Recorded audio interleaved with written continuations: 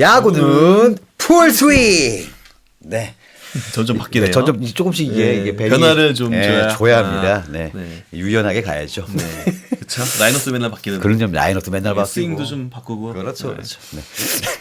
자, 이번 영상에서는 LG 트윈스의 돌아올 자원들에 대한 이야기 좀 해볼 텐데 이게 스케줄들이 다 있습니다. 왜냐하면은 뭐 군 제대 일정이 있는 그렇죠. 거죠. 네. 그리고 이제 부상이 언제 좀 회복이 돼서 재활을 하고 실제로 투입이 될 수 있는 시점들도 이제 다 대부분 정해져 있을 텐데 저희가 첫 번째 영상에서도 뭐 다뤄드렸습니다만 LG 트윈스는 지금 개막과 불과 뭐 11경기 정도를 치는 시점에서 갑자기 선수단 특히나 불펜이 확 바뀌면서 굉장히 업그레이드가 좀 된 느낌. 네. 양쪽으로나 질적으로나. 그런데 또 문제는 아니죠. 오히려 더 좋은 것은 이제 돌아올 자원들이 있다라는 네. 것인데 돌아올 자원들이 일단은 첫 번째로 보이는 게 아무래도 유영찬 선수겠죠. 그렇죠. 정말 굵직한 카드로 보면은 그렇죠.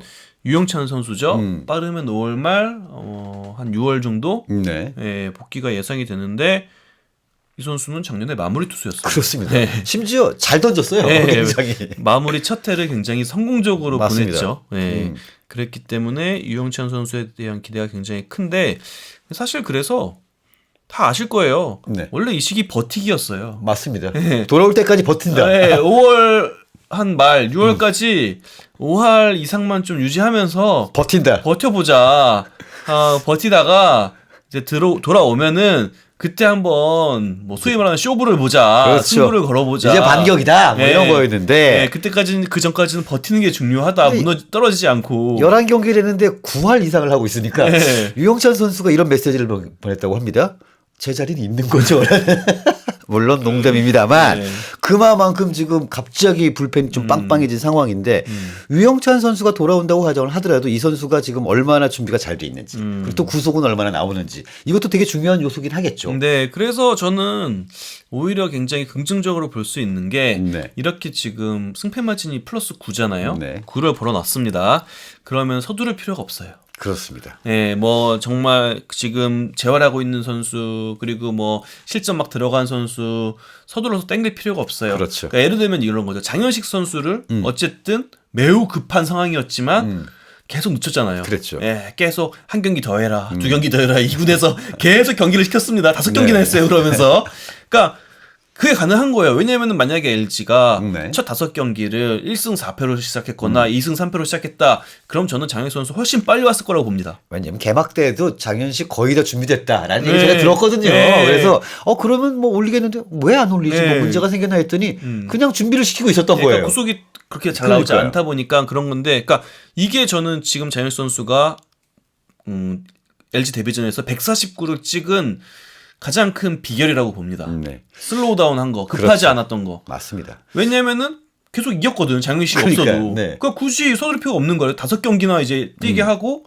1군에 불렀고 5경기 동안 충분히 준비를 잘 해가지고 네. 149면 장현식 선수는 좋았을 때 모습을 찾은 거거든요. 찾았죠. 예, 그래서 저는 이런 흐름이 유지가 된다면은 네. 유영찬 선수도 장현식 선수처럼 그렇겠네요. 100%의 이런 컨디션에서 1군에 올 수 있을 것 같아요. 그러니까 지금 이 성적이 갖고 있는 가장 큰 의미는 구단 전체에 여유를 줬다는 겁니다. 맞습니다. 네. 여유를 좀 많이 줬어요, 지금. 많이 줬다 이만큼 보니까. 벌었으니까. 그렇죠. 네, 이거 보통 한 달에 플러스 4, 5 만들면 정말 잘한 달이에요. 정말 잘한 거죠. 네, 정말 잘한 달인데 3월에 다 이겼으니까.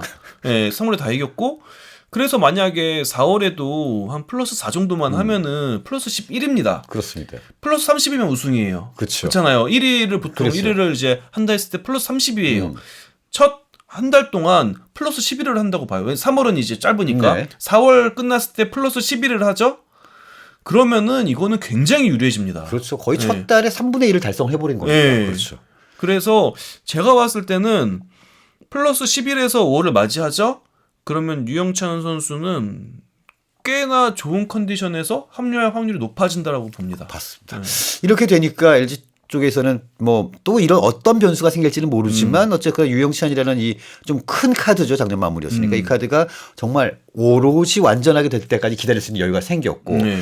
그리고 이정용 선수도 이제 복귀를 할 수 있는 상황이 이미 실전을 2경기를 그렇죠. 소화했어요. 네네. 퓨처스 리그 2경기를 소화했고 지금 상무에 있습니다. 네. 한 경기는 중간 투수 나왔고 최근 경기는 선발로 나와서 2이닝을 소화했는데 네. 제가 경기 영상을 못 봐, 없어요 경기 영상이. 네네. 없어서 모르겠지만 기록만 봤을 땐 좋진 않아요. 맞아요. 그래서 좀 이정용 선수가 좋지 않다라는 이 소식이 어떻게 보면 LG 트윈스 팬들에게는 어떡하지? 왜냐면 이정용 선수 23년에 얼마나 정말 진짜 멋진 활약을 했습니까? 네.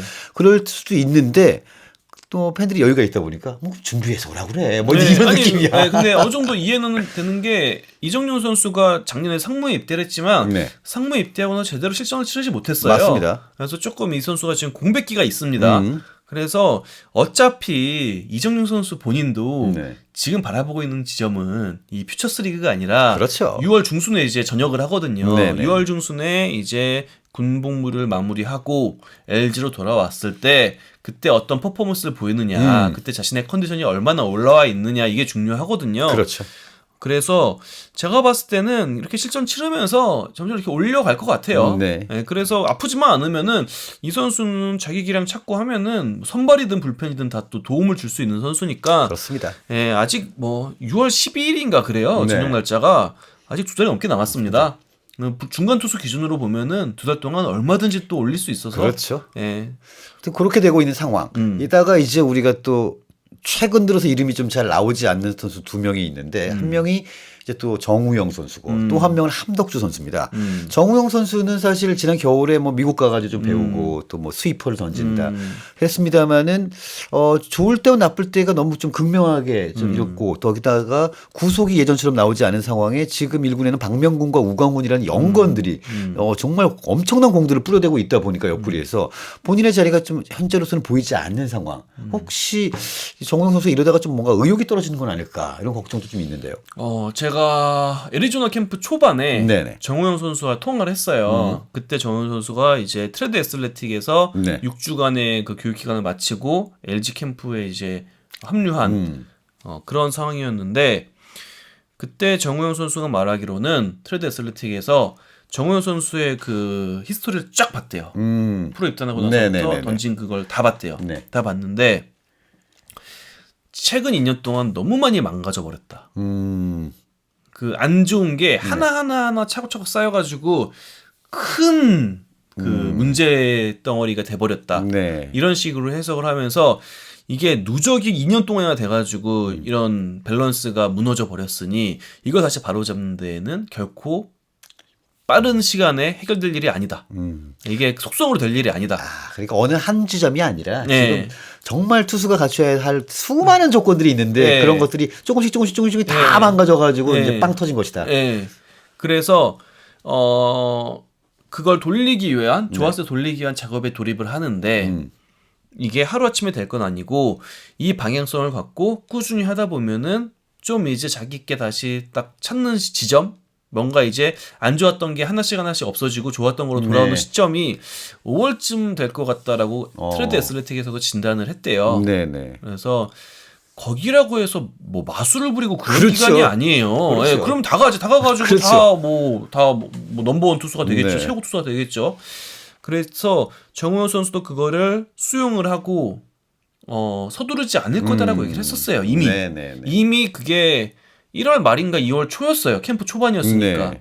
그래서 지금 뭐 많은 분들이 미국에도 갔는데 가서 뭐 했냐, 뭘 배웠냐 이렇게 하는데 거기서도 그렇게 진단을 한 만큼 네. 일단 거기에 진단 결과가 나오는 시점이 5월이라고 하니까 그때까지 좀 봐야 될 것 같고요. 네. 이 투수라는 게 굉장히 예민하기도 하고 그렇죠. 진짜 어느 하나가 안 되면은 도미노 형선처럼 다 무너져 버릴 네. 때가 있거든요. 그래서 좀 시간을 두고 지켜봐야 될 것 같고요. 정우영 선수는 지금은 일주일에 한 번 정도 실전을 소화하는 그런 일정으로 훈련 쭉 하다가 퓨처스리그에서 한번 던지고 또 네. 훈련 쭉 하다가 퓨처스 던지고 그런 뭐 프로그램을 하고 있다고 해요. 실제로 보니까 그 본인이 시합조가 아닌 경우, 경기조가 아닌 경우에는 경기장에도 오지 않고 따로 맞아요. 훈련을 그냥 진행을 하더라고요. 네. 그래서 일단 한때 또 메이저리그로 갈 제목이 들어온 거 아니야라는 그런 기대를 받았던 선수이기 때문에 네. 또 뭐 워낙에 자기가 좋은 걸 갖고 만약에 있으니까. 정우영 선수의 나이가 지금 30대 중후반이면은 진짜 위기예요. 그렇죠. 진짜 좀 걱정이 돼요. 음. 그런데 지금 정우영 선수는 아직도 뭐 젊은 나이고 그렇죠. 그리고 무엇보다 아픈 곳도 다 없어졌고 그렇죠. 그러니까 이게 그 2년 동안 하나하나가 무너진 게 그 안에 부상도 있었거든요. 그렇죠. 네. 그러다 보니까 사람이 아프면은 아프지 않기 위해서 없던 동작이 생겨요. 생기죠. 그렇죠. 그러면 이제 밸런스가 무너지는 네. 거예요. 거기서부터 하나하나씩 어긋나게 되는 거거든요. 그렇기 때문에 그래서 이거 돌리기가 어려운 건데, 그러니까 이해하기 어려우실 수도 있어요. 그렇죠. 어려울 수도 있는데, 여튼 좀 이런 어려운 히스토리가 있었다. 네. 과정이 있었다. 네, 그래서 이걸 하나씩 돌려놓고 있는데 그러려면 좀 시간이 필요하다. 애초에 이 부분을 정우영 선수 본인도 좀 각오를 했다. 네. 라고 보면 될 것 같아요.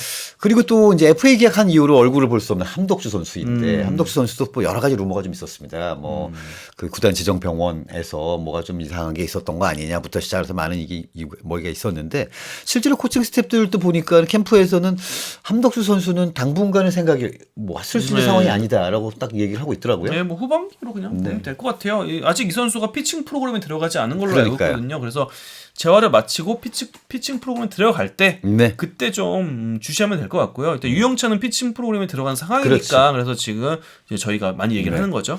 자, 그리고 이제 마지막으로 올 시즌이 끝나고 난 다음에 과연 이 선수는 어떻게 될 것인가? 바로 미국에 가 있는 고우석 선수입니다.